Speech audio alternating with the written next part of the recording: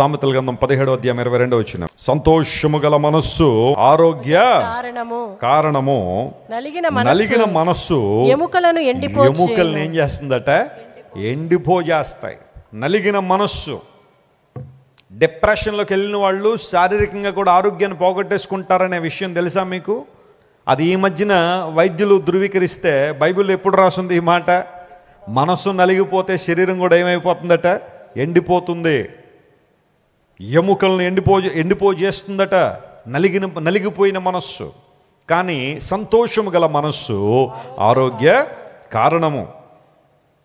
ఈ మధ్య కాలంలో శాస్త్రవేత్తలు, వైద్యులు లేదా మానసిక నిపుణులు చెబుతున్న మాట, ఆరోగ్యం కావాలంటే మీరు ఎలా ఉండండి? సంతోషంగా ఉండండి. ఈ మధ్య కాలంలో చెబుతున్నారు ఈ విషయం ఎక్కువగా. అందును బట్టే లాఫ్టర్ క్లబ్ అని ఒక ఆయన స్టార్ట్ చేశారు. లాఫ్టర్ క్లబ్ అంటారు దాన్ని. డాక్టర్ మదన్ కటారి అని, మన ఇండియా ఆయన. ఒక్క క్లబ్ స్టార్ట్ చేశాడు ఆన్ డిమాండ్. ఇప్పుడు 4800 క్లబ్లు మొత్తం వరల్డ్ వైడ్. Laughter club. ఆ క్లబ్లో చేరడానికి మెంబర్షిప్ ఉంటుంది. డబ్బులు కట్టిన తర్వాత మార్నింగ్ టైం ఫిక్స్ చేస్తారు. ఆ టైంలో మనం వెళ్ళిన తర్వాత ఒక ఆయన నవ్వడం మొదలు పెడతాడు. ఆయన్ని చూసి మరొక ఆయన నవ్వుతాడు. వాళ్ళిద్దరిని చూసి ఇంకొక ఇద్దరు, వాళ్ళని చూసి మరొక ఇద్దరు. ఒక 5-10 నిమిషాలకు మొత్తం క్లబ్లో ఉన్న వాళ్ళందరూ ఏం చేస్తూ ఉంటారంటే పొట్ట పట్టుకుని నవ్వుతూ ఉంటారు. పగలబడి నవ్వుతూ ఉంటారు. ఎందుకు నవ్వుతున్నారో తెలియదు వాళ్ళకి. నవ్వడం. కొంతమంది క్రింద దొర్లి నవ్వేవాళ్ళు కూడా ఉంటారు. ఈ నవ్వడాలు కూడా చాలా వెరైటీలు ఉంటాయి కదా. కొంతమంది సైలెంట్గా నవ్వుతారు. అరగంట నవ్వుతారు కానీ శబ్దమే రాదు. సైలెంట్గా నవ్వేవాళ్ళు కొంతమంది నవ్వారంటే 3 వీధులు వినబడద్ది. నవ్విందా? వచ్చిందండి మా దాకా శబ్దం. గట్టిగా నవ్వుతారు కొంతమంది ఏడుస్తున్నట్టు నవ్వేవాళ్ళు ఉంటారు. వాళ్ళు నవ్వుతుంటే కళ్ళం నీళ్ళు వచ్చేస్తుంటాయి.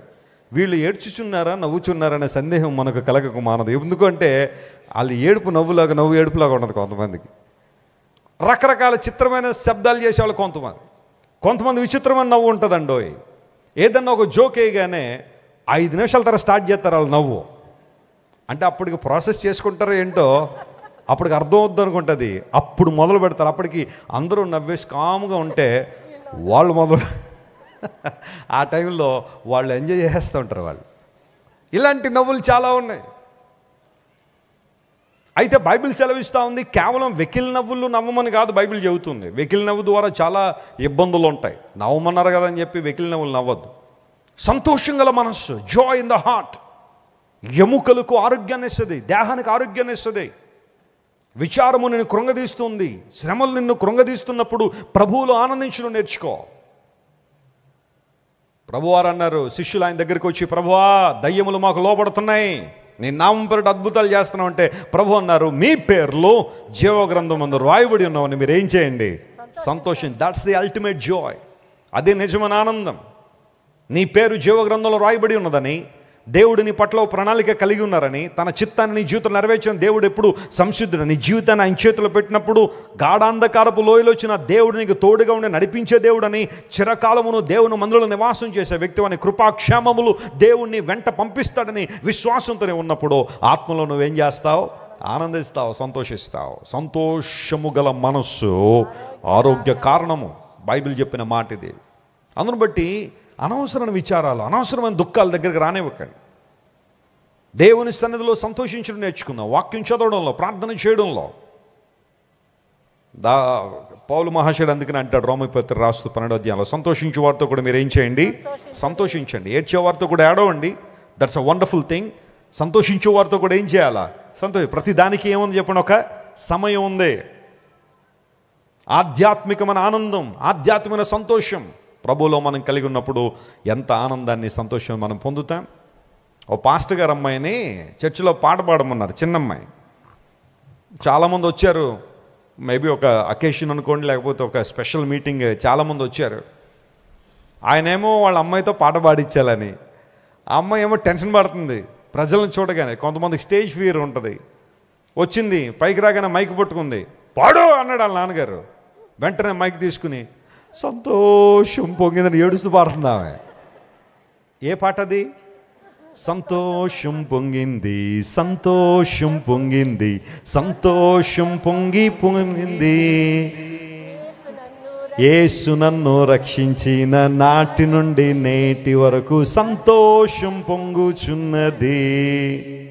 ఎంత అద్భుతమైన పాట అండి అది. ఆ పాడేటప్పుడు ఎంత చక్కగా పాడాలి ఆ పాట. ఆ ఎక్స్ప్రెషన్కి మన పాడే పాటకి ఏముండాలి, కనెక్షన్ ఉండాలి. అయితే ఆమె ఏడ్చేస్తూ బోర్న విలపిస్తూ కళ్ళం నీళ్ళు కార్చేస్తూ ఆ పాట పాడే స్టేజ్ దిగి వెళ్ళిపోతే అందరూ కూడా ఇప్పుడు చప్పట్లు కొట్టాలా కొట్టకూడదనే సందిగ్ధంలో పడిపోయారు. ఎందుకోసం? ఆ పాడిన పాట ఏంటి, ఆ ఎక్స్ప్రెషన్ ఏంటి. సంతోషం పొంగిందని పాటలు పాడుతున్న మనం దుఃఖం పొంగుకుంటూ పాడితే ఉపయోగం ఏముంది? Let us rejoice in the Lord. దేవునిలో ఆనందించడం, పరిశుద్ధాత్మలో ఆనందించడం, దేవుని చిత్తాన్ని నెరవేర్చడంలో ఆనందించడం, సంతోషం గల మనస్సు ఆరోగ్యకరం. నువ్వు ఆరోగ్యంగా ఉండాలంటే సంతోషంగా ఉండడం నేర్చుకో. ప్రతి చిన్నదానికి విచారపడద్దు, దుఃఖపడద్దు, అధైర్యపడిపోవద్దు. God is on your side. దేవుడు నీ పక్షంగా ఉన్నాడు, ఆయన నీ తోడున్నాడు, నీ ప్రార్థన వింటున్నాడు. ఈ నిరీక్షణ నువ్వు కలిగి బ్రతకాలి. ఈ 2024 సంవత్సరంలో ఇదే నిరీక్షణతో ముందుకు సాగిపోదాం. Yes, my God is there for me. లోకం అంతా నన్ను వదిలేసిన నా దేవుడు నన్ను ఏం చేయడు, వదిలిపెట్టడు. మనుష్యులందరూ నన్ను విడిచిపెట్టిన నా ప్రభువు నన్ను ఏం చేయడు, విడిచిపెట్టాడు. ఆయన నా చేయి పెట్టి నన్ను నడిపించే దేవుడు, తన చేతుల్లో నన్ను చిక్కుకున్న దేవుడు, నిత్యము నీ ప్రాకారం నా ఎదుటనున్నవని వాగ్దానం చేసిన దేవుడు. God is monitoring our lives. మన జీవితాన్ని మానిటర్ చేస్తున్నాడట ఆయన. ఆయన ప్రేమలో మనం కొనసాగుదామా? మీరు ఇంతవరకు విన్న దైవ సందేశం మరియు దేవుని సేవకులు చేసిన ప్రార్థన మీకు ఆశీర్వాదకరంగా ఉన్నదని విశ్వసించుచున్నాము. ఈ సందేశాన్ని మీ స్నేహితులకు, బంధువులకు షేర్ చేయండి.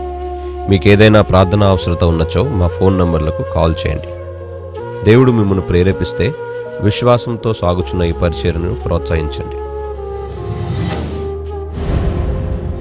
మరిన్ని వర్తమానాలు, పాటలు వినుటకు జాన్ వెస్లీ మినిస్ట్రీస్ అను మా యూట్యూబ్ ఛానల్ను సబ్స్క్రైబ్ చేసుకొనండి. ప్రభువైన యేసుక్రీస్తు కృప మీకు తోడైండును గాక.